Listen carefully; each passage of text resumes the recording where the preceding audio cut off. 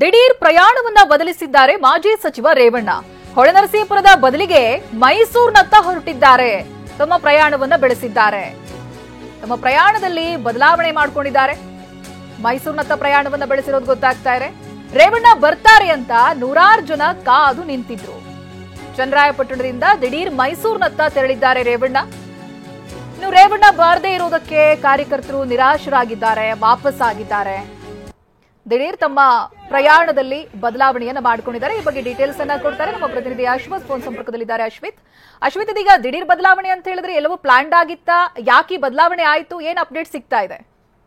ಖಂಡಿತವಾಗ್ಲೂ ಚೈತ್ರ, 20 ದಿನಗಳ ಬಳಿಕ ಹೊಳೆನರಸೀಪುರದ ಶಾಸಕ ರೇವಣ್ಣ ಅವರು ಹೊಳೆನರಸೀಪುರದ ಮನೆಗೆ ಆಗಮಿಸಬೇಕಾಗಿತ್ತು. ಈ ನಿಟ್ಟಿನಲ್ಲಿ ಎಲ್ಲಾ ರೀತಿಯ ಸಿದ್ಧತೆಗಳನ್ನು ಕೂಡ ಮಾಡ್ಕೊಳ್ಳಲಾಗಿತ್ತು. ಪ್ರಮುಖವಾಗಿ ಸಂಸದ ಪ್ರಜ್ವಲ್ ರೇವಣ್ಣ ಪೆಂಡ್ರೇವ್ ಪ್ರಕರಣ ಏನಿತ್ತು, ಈ ಪ್ರಕರಣದಲ್ಲಿದ್ದಂತಹ ಸಂತ್ರಸ್ತ ಮಹಿಳೆಯ ಕಿಡ್ನಾಪ್ ಪ್ರಕರಣದಲ್ಲಿ ರೇವಣ್ಣ ಅವರು ಜೈಲು ವಾಸವನ್ನು ಅನುಭವಿಸಿದ್ರು. ಜೈಲಿನಿಂದ ಹೊರಬಂದ ಬಳಿಕವಾಗಿ ರೇವಣ್ಣ ಅವರು ಹಾಸನಕ್ಕೆ ಭೇಟಿಯನ್ನ ನೀಡಬೇಕಾಗಿತ್ತು. ಆದ್ರೆ ದೇವೇಗೌಡರ ಸೂಚನೆ ಮೇರೆಗೆ ಈ ಒಂದು ಭೇಟಿಯನ್ನ ಕೂಡ ರದ್ದನ್ನ ಮಾಡಲಾಗಿತ್ತು.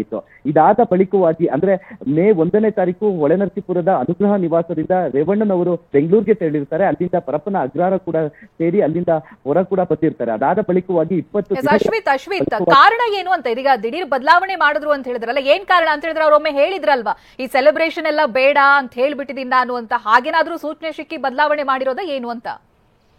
ಖಂಡಿತವಾಗ್ಲೂ ಚೈತ್ರ, ಪ್ರಮುಖವಾಗಿ ದೇವೇಗೌಡರು ಆಲ್ರೆಡಿ ರೇವಣ್ಣ ಅವ್ರಿಗೂ ಜೊತೆಗೆ ಕಾರ್ಯಕರ್ತರಿಗೂ ಕೂಡ ಪ್ರಮುಖವಾಗಿ ಸೂಚನೆ ನೀಡಿದ್ರು.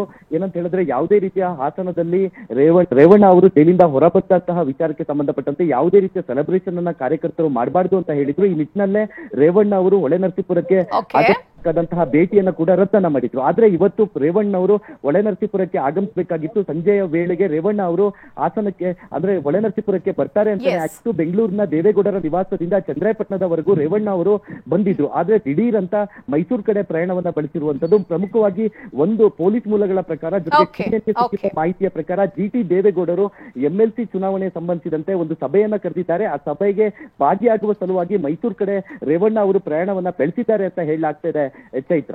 Thank you Ashwith ಡೀಟೇಲ್ಸ್ಗಾಗಿ.